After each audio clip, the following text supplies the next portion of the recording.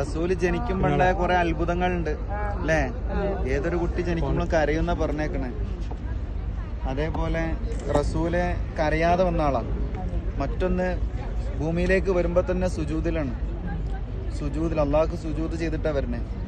വേറൊരു പ്രത്യേകത എന്ന് പറയണേ, റസൂല് ആദ്യമായി അള്ളാഹു താല സൃഷ്ടിച്ചത് മുത്തുനബിന്റെ നൂറാണല്ലോ. ആ നൂറ് പിന്നീട് ആദ നബിയിലൂടെ എല്ലായിടത്തും എല്ലാ പ്രവാചകന്മാരിലൂടെയും ആ നൂറ് ഈ ലോകം നിയന്ത്രിച്ചിട്ടുണ്ട്.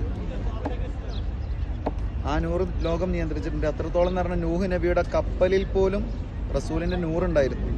ഇബ്രാഹിം നബിനെ തീകുണ്ടാരത്തിൽ നിന്ന് രക്ഷിക്കാൻ കാരണമായത് റസൂലിന്റെ നൂറ് ഇബ്രാഹിം നബിയിൽ ഉണ്ടായത് കൊണ്ടാണ്. പിന്നീട് ആ നൂറ് അബ്ദുള്ള എന്നവരുടെ ശരീരത്തിലെത്തി. പിന്നീട് അത് ആമിന ബീവിയിലെത്തി. ആമിന ബീവി പ്രസവിച്ചപ്പോൾ ആ നൂറ് പുറത്തു വന്നു. ആമിന ബീവി പ്രസവിക്കുന്ന സമയം ചൊറുക്കങ്ങനെ കണ്ട് കണ്ട് പല ആളുകൾക്കും ഭ്രാന്ത് വരെ ആയിട്ടുണ്ടെന്ന് ചരിത്രങ്ങൾ പറയുന്നുണ്ട്.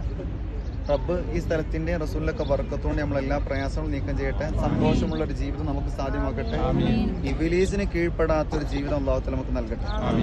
ഇനി നമുക്ക് അടുത്ത സ്ഥലത്ത്